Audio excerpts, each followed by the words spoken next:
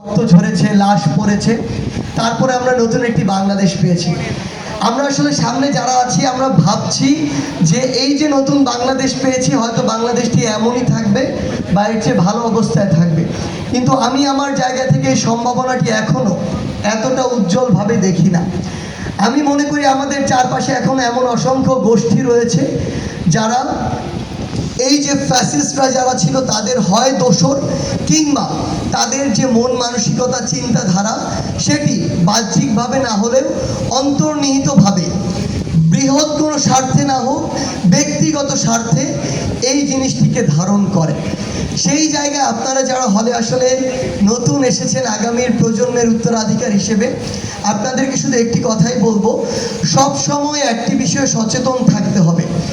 যদি কোনো কারণে এই নোংরা অপচেষ্টাগুলো সংস্কৃতিগুলো আবার শুধু অমর একুশে হল নয়, ঢাকা বিশ্ববিদ্যালয়ের যে কোনো হলে যে কোনো রূপে ফেরার একটি পথ পেয়ে যায়, তাহলে 1 বছর পরে হোক, 2 বছর পরে হোক, 3 বছর পরে হোক, ছোঁয়াচে রোগের মতো, ক্যান্সারের মতো এটি আবার ছড়িয়ে পড়বে এবং যেটি আবারও শেকড় থেকে উপড়ে ফেলতে আবার এমন একটি গণ অভ্যুত্থানের প্রয়োজন হবে। এবং সবচেয়ে বড় কথা, এই গণ অভ্যুত্থানের স্পিরিট যদি ব্যর্থ হয়ে যায় এবং নতুন করে সেই সিস্টেম যদি কোনো না কোনোভাবে আবার বিশ্ববিদ্যালয় বলি কিংবা দেশে বলি কায়েম হয়, তাহলে দেশের মানুষ এই আস্থাটি হারিয়ে ফেলবে। এবং ভবিষ্যতে আপনারাই যদি এমন একটি ছাত্র জনতার অভ্যুত্থানের ডাক দেন, মানুষ আপনাদেরকে আর সঙ্গ দিবে না, মানুষ আমাদেরকে সেই সঙ্গটি আর দিবে না। কারণ যেই সুযোগটি আমরা পেয়েছি সেই সুযোগটি আমরা কাজে লাগাতে পারিনি, এমন একটি অবস্থার তৈরি হবে। এরপরে আমার যারা অনুজ রয়েছেন তাদেরকে যদি বিশ্ববিদ্যালয়ের অভিজ্ঞতার জায়গা থেকে কিছু কথা বলি। আমরা শুরুতে এসে আসলে আমাদেরকে যে বিষয়গুলো হলের কালচার কিংবা গণরুম কালচার থেকে শেখানো হতো কিংবা গেস্টরুম কালচার থেকে, সেগুলো থেকে আপনারা সত্যি কথা বলতে সৌভাগ্যবান হিসেবে মুক্তি পেয়েছেন। বিশ্ববিদ্যালয়ে একজন শিক্ষার্থী হিসেবে আপনার প্রধান প্রায়োরিটি থাকা উচিত আপনার একাডেমিক লাইফ। আপনার অসংখ্য এক্সট্রা কারিকুলার অ্যাক্টিভিটিস থাকতে পারে, আপনি বিভিন্ন জায়গায় স্কিলফুল হওয়ার জন্য বিভিন্ন ক্লাবে যেতে পারেন, কিন্তু যদি আপনার কোনো কারণে কোনো একটি ক্লাবের প্রোগ্রাম আর একাডেমিক লাইফকে পাশাপাশি দাঁড় করাতে হয়, একটি ইনকোর্স কিংবা কোনো একটি ক্লাবের ফেস্টকে দাঁড় করাতে হয়, অবশ্যই আপনার ওই ইনকোর্সটি বেশি প্রায়োরিটি পাবে এবং আপনার আরেকটিকে স্কিপ করতে হবে। এই দৃঢ় মানসিকতা আমাদের এখন থেকে থাকতে হবে। প্রায়োরিটি সেট করা খুবই ইম্পর্টেন্ট।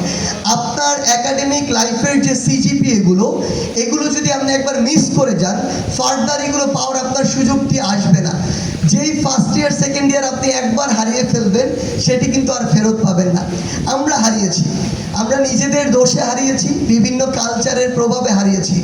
আমরা আমাদের এমন অনেক ভাই রয়েছে যারা এখন দেশের বাইরে পড়াশোনা করছে, যাদের ফার্স্ট ইয়ারের রেজাল্ট ছিল 2.70, 2.80 অ্যারাউন্ড এরকম, কিন্তু মাস্টার্সে গিয়ে তাদেরই রেজাল্ট 3.90-এর উপরে। তারা এখন আফসোস করে তাদের ওই যদি প্রথম দিকে রেজাল্টগুলো আরেকটু ভালো হতো, হয়তো পিএইচডির জন্য এর চেয়ে ভালো একটি বিশ্ববিদ্যালয় তিনি পেতেন, কিংবা রিসার্চের জন্য এর চেয়ে ভালো একটি অপশন তিনি পেতেন। দিন শেষে আপনি যদি বাইরে উচ্চশিক্ষার জন্য যান, আপনার ওই একাডেমিক স্কোরটি সিজিপিএ দেখা হবে, আপনার ওই রিসার্চ ফিল্ডে আপনার কতটুকু অভিজ্ঞতা সেটি দেখা হবে। এগুলো ঠিকঠাক থাকলে আপনার পরবর্তী যে বিভিন্ন স্কিল বা আইএলটিএস স্কোর, এগুলো আপনাকে প্রায়োরিটিতে তাদের প্রায়োরিটি লিস্টে নিয়ে যাবে। সো এই জিনিসটি আমি আমার জায়গা থেকে অনুরোধের সুরেই বলবো যে আপনার প্রধান এবং প্রথম প্রায়োরিটি হওয়া উচিত আপনার এই যে একাডেমিক যে সিজিপিএটি, এটি নিয়ে অনেক কথা বলে যে সিজিপিএ ডাজেন্ট ম্যাটার, এই চাকরিতে ওই চাকরিতে সরকারি চাকরিতে সিজিপিএ দেখা হয় না, কিন্তু এটি একটি ইমপ্রেশন ক্রিয়েট করে, আপনার রেগুলারিটিকে রিপ্রেজেন্ট করে, আপনি আপনার ওই ডিসিপ্লিনে কতটুকু সময় দিয়েছিলেন সেটিকে রিপ্রেজেন্ট করে।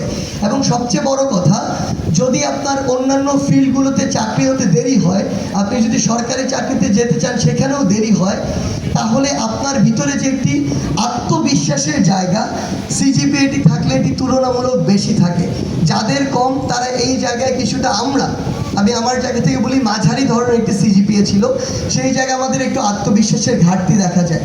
এবং আরেকটি আরেকটি বিষয় হচ্ছে আপনি আপনার স্কিল ডেভেলপমেন্টের জন্য 1-2টি ক্লাবের সাথে থাকতে পারেন, কিন্তু ক্লাবকে ঘর বানিয়ে ফেলার কোনো প্রয়োজন নেই। যেই ক্লাবটির স্কিলটি আপনার পরবর্তী জীবনে কাজে লাগবে এবং আপনার ডেভেলপমেন্টের জন্য প্রয়োজন, কমিউনিকেশন ডেভেলপমেন্টের প্রয়োজন, আপনি প্রায়োরিটির বেসিসে 1টি বা 2টি ক্লাবে যান। আমরা অনেককেই দেখি আসলে যে তার প্রোফাইলে ফেসবুকে যদি যাওয়া হয় মোটামুটি 20টা ক্লাবের মেম্বারশিপ তার দেখা যায়। সো এই জিনিসগুলো আসলে ওই জায়গা থেকে প্রয়োজন নেই, এটা আমার মনে হয়। আরেকটি হচ্ছে আমরা যেহেতু সায়েন্সের স্টুডেন্ট, অসংখ্য আমাদের সুযোগ থাকে টিউশন করানোর, এবং মোটামুটি আমরা যখন এই বয়সে কাঁচা টাকা পেতে শুরু করি, একটা টিউশন অ্যারাউন্ড 6 থেকে 12,000 টাকার মধ্যে পাওয়া যায়। তো তখন আমরা দেখা যায় যে 1টা 2টা 3টা 4টা 5টা করে শুরু করে এই একাডেমিক লাইফের শুরুতে প্রথম দ্বিতীয় বর্ষে 5-7টা করেও টিউশন করায়। এমন অনেকেই রয়েছে আমার সামনে, আমার অনুজেরা, যারা আসলে মাসে অ্যারাউন্ড 50,000 থেকে শুরু করে 1 লাখ টাকা পর্যন্ত ইনকাম করে। কিন্তু সত্যি বলতে এই টাকাগুলো আসলে খুব বেশি থাকে না, এবং এই টাকাগুলো আপনি এই যে একাডেমিক লাইফের 4 বছরে যে জমান, এই জমানো টাকাটুকু আপনাকে যতটুকু পরবর্তীতে সাপোর্ট দেয় বা এটার ভ্যালু যতটুকু, আপনার এই গুরুত্বপূর্ণ জীবনে টিউশন করিয়ে আপনি যতটুকু সময় ব্যয় করেছেন, এই সময়টুকুর ভ্যালু তার চেয়ে অনেক বেশি। আমার জায়গা থেকে অনুরোধ থাকবে এই সময়গুলো আপনি নিজের ডেভেলপমেন্টের জন্য, একাডেমিক লাইফে আরও রেজাল্ট ভালো করার জন্য, কিংবা আপনার যে রিসার্চ ফিল্ডে আপনার অভিজ্ঞতা, সেই অভিজ্ঞতা আরও সমৃদ্ধ হওয়ার জন্য ব্যয় করতে পারেন। এবং পরিশেষে একটি কথাই বলবো, নিজের মধ্যে একটা আলাদা ব্যক্তিত্ব থাকতে হবে। মানে সহমত ভাইয়ের যে চর্চাটা আমরা সারা জীবন দেখে এসেছি, অন্যায় দেখেও নিজের গা বাঁচানোর জন্য চুপ থাকার যে চর্চা দেখে এসেছি, 2024-এর এই জানুয়ারির নির্বাচনেও এরকম একটি সাজানো গুছানো একদম ভণ্ডামির চরম মাত্রার একটি নির্বাচনেও ভোট দিতে যাওয়ার যে ব্যক্তিত্বহীনতার পরিচয় আমরা দেখতে পেয়েছি। অন্তত আমি এটা না বলতে পারি যে এই নির্বাচনটিতে আমি অংশগ্রহণ করব না, এটি কোনো ভালো নির্বাচন বা স্বচ্ছ গ্রহণযোগ্য নির্বাচন নয়, এটি বলার আমার গার্ডস নেই, ফাইন। বাট আমি যদি এটিকে থেকে দূরেও না থাকতে পারি, ভোটটি না দেওয়ার মতো গার্ডস না দেখাতে পারি, তাহলে আলটিমেটলি আমাদের যে ব্যক্তিত্বের জায়গা, একজন মানুষ হিসেবে নিজেকে একটি নিরপেক্ষ জায়গায় দাঁড় করানোর যে ন্যূনতম ব্যক্তিত্ব, সেই জায়গায় বিরাট একটি ঘাটতি থাকে।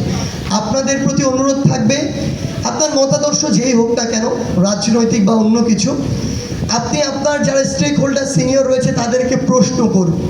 কোনো একটি যৌক্তিক চিন্তা যদি মাথায় আসে, প্রশ্ন করুন, গঠনমূলক সমালোচনা করুন।